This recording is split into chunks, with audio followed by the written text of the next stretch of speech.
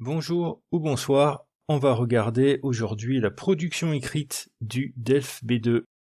Dans une première partie, on va regarder les critères d'évaluation et ensuite on va faire un corrigé pour voir à quoi peut ressembler une production écrite de ce niveau.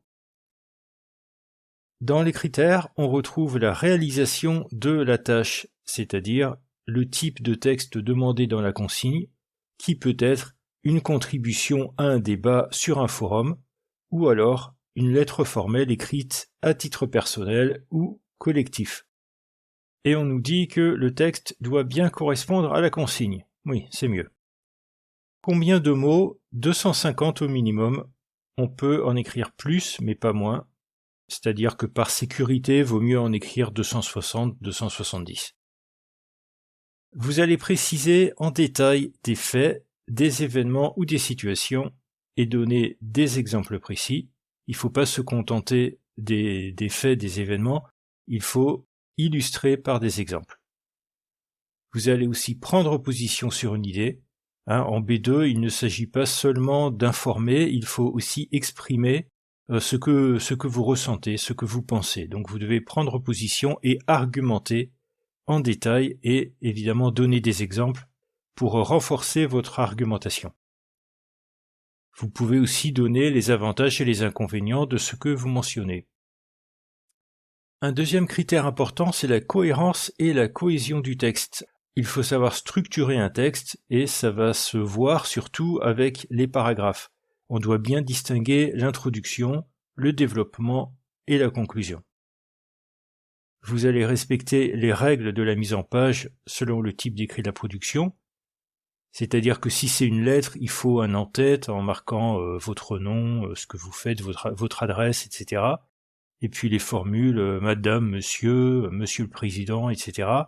Et puis l'introduction pour exposer le problème, le développement et la conclusion. Vous allez utiliser les fameux connecteurs. En B2, on adore les connecteurs pour relier vos idées et structurer le texte. La ponctuation est aussi importante et elle doit faciliter la compréhension du texte. Le critère suivant, ça va être l'adéquation sociolinguistique. Alors ça, c'est des mots très savants pour dire simplement, il faut que votre façon de vous exprimer corresponde à la situation, au public auquel vous vous adressez.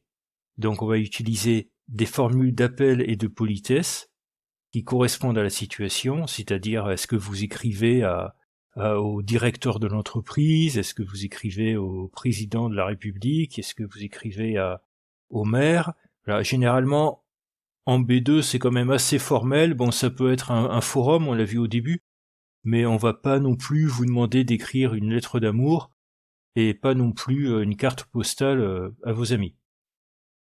Donc vous allez adopter un registre de langue adapté à la situation, c'est-à-dire probablement quand même assez formel. Au niveau du lexique, qu'est-ce qu'on attend de vous? Eh bien, il faut employer des mots de niveau B2, c'est-à-dire un vocabulaire quand même assez riche.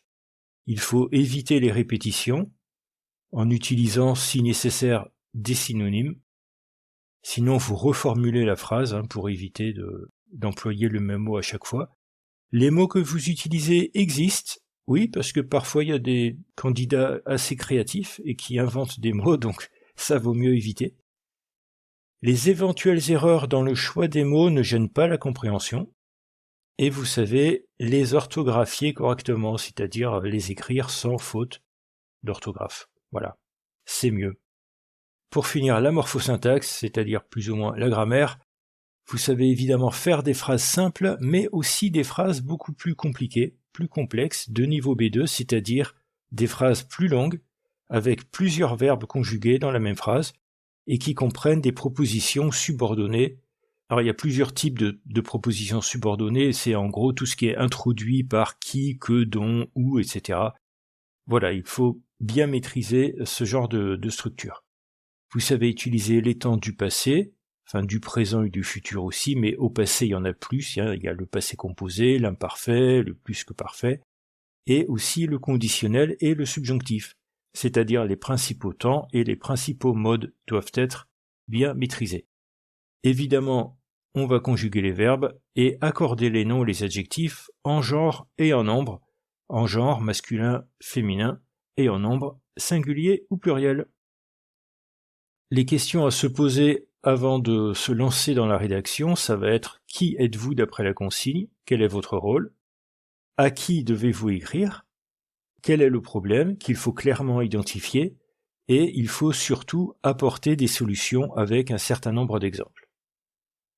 Alors, le sujet qu'on va regarder ensemble aujourd'hui est le suivant.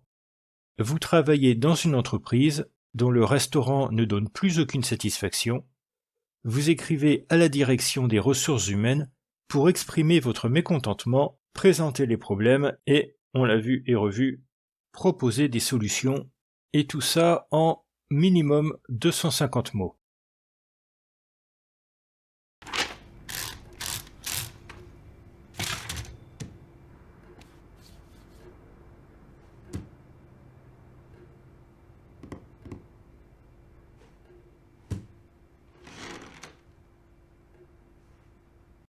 Alors, voyons cette lettre. Marco Polo, donc le nom, département des achats en ligne, ça c'est là où il travaille. Direction des ressources humaines, c'est à qui il s'adresse. La date, l'objet, lettre de protestation. Madame, monsieur, là on ne connaît pas le nom de la personne à qui on s'adresse, alors on reste un peu vague, madame, monsieur.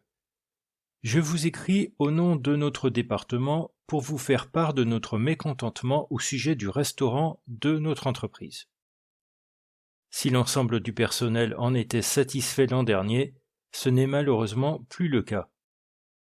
Là, on introduit le sujet, pourquoi on écrit, en raison d'un mécontentement dû à la nourriture du restaurant qui n'est plus très bonne. En effet, la qualité des repas a considérablement baissé depuis quelques mois. Il est même arrivé plusieurs fois que les plats ne soient pas frais. En effet, un connecteur, pour introduire la première idée, ne soit plus frais, là on a un subjonctif, donc c'est intéressant au niveau B2 d'utiliser ce type de phrase. Par exemple, un exemple qui vient illustrer ce qui vient d'être dit. Par exemple, le poisson proposé lundi dernier avait une odeur bizarre et plusieurs collègues ont eu des problèmes après en avoir mangé. Nous avons déjà exprimé notre mécontentement à la direction du restaurant, mais rien n'a changé. C'est pourquoi nous nous adressons directement à vous. Connecteur, c'est pourquoi. La qualité des repas et les problèmes rencontrés ont des effets négatifs sur le travail et en conséquence sur l'efficacité de l'entreprise. C'est pourquoi nous vous demandons d'intervenir rapidement. Ici, le développement se poursuit avec un nouvel argument. Ça n'est pas uniquement une question de gastronomie, c'est aussi le problème des effets négatifs sur le travail et donc sur l'efficacité de l'entreprise. Un argument qui va permettre de nettement renforcer l'idée de la lettre. Après avoir exposé les problèmes, on va proposer des solutions.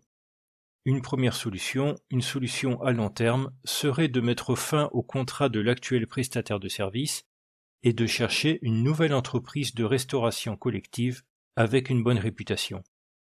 Par exemple, les collègues de l'entreprise Micro-Auto dans les bureaux d'en face se disent très satisfaits de leur cantine. Nous pourrions peut-être avoir recours au même fournisseur. Donc une première solution est proposée avec un exemple concret. On peut même proposer une deuxième solution. Pour une solution immédiate, nous demandons l'achat de fours à micro-ondes afin que nous puissions apporter nous-mêmes nos déjeuners dans des boîtes et les faire chauffer sur place. En effet, c'est une solution économique et en consommant les repas que nous cuisinons, nous pourrions au moins éviter les problèmes de digestion rencontrés à la cantine. Étant donné qu'il y a des frigos à chaque étage de l'entreprise, il est possible de conserver nos repas en boîte. Là, on a une deuxième solution qui est proposée, avec des exemples concrets, et en plus, il y a un argument important pour l'entreprise, c'est l'argument économique. En effet, si les gens apportent eux-mêmes leurs repas, ça coûtera moins cher à tout le monde, à l'entreprise et aux employés. Pour finir, une formule de politesse, en attendant une intervention aussi rapide que possible, Je vous prie d'agréer, madame, monsieur, l'expression de nos salutations distinguées. Sans oublier de signer Marco Pollo. Si on regarde la lettre en entier, on voit donc l'entête, l'objet de la lettre, l'introduction qui expose le problème. On a ensuite un développement en 2 parties qui va donner des exemples concrets. Quels sont les problèmes exactement? Les plats qui ne sont pas frais, qui ne sont pas bons. Et en plus, ce problème a déjà été mentionné précédemment et il a des effets négatifs sur la productivité de l'entreprise. Dans la deuxième partie du développement, on a 2 solutions qui sont proposées, une solution à long terme et une solution immédiate. Et pour finir, on prend congé en exprimant les salutations distinguées, mais on en profite pour demander quand même une intervention aussi rapide que possible. Et on n'oublie pas la signature en fin de lettre. Pour compter les mots dans cette lettre, on va commencer à Madame Monsieur. Ça n'est pas la peine d'inclure l'objet et le nom, l'adresse, la date, tout ça, ça n'est pas pris en compte. Donc en prenant simplement le corps de la lettre, on trouve 290 mots, ce qui est tout à fait convenable. C'est nettement au-dessus du nombre minimal de 250, donc il n'y a pas de problème à ce niveau-là.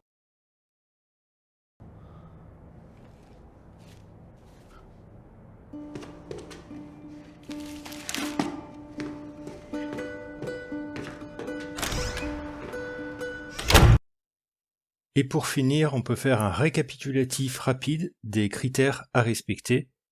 Pour analyser la production écrite d'un candidat, on vérifie qu'il présente bien son texte avec des paragraphes, c'est le cas, qu'il utilise des formules d'accueil et de congé adaptées, aussi. Il ou elle doit expliquer son opinion sur le sujet. Là, monsieur Pollo expliquait qu'il était très mécontent du restaurant de l'entreprise. Donne des exemples de situations pour appuyer ses idées, c'est fait aussi, il y a un certain nombre d'exemples. Il structure bien son texte, notamment avec des connecteurs, on a vu, il y en a un certain nombre. Il respecte le genre textuel demandé, c'est bon aussi, et il respecte le nombre de mots, ni trop ni pas assez. Là, c'est minimum de 150 et il y en a 290, donc on est largement au-dessus, mais sans pour autant être à 400 mots ou 500 mots. Là, ce serait trop. Donc on est dans une fourchette supérieure, mais encore tout à fait raisonnable. En conclusion, c'est une copie qui correspond tout à fait à ce qui est attendu à ce niveau-là, en Delphes B2. Voilà, j'espère que ça vous a aidé. À bientôt!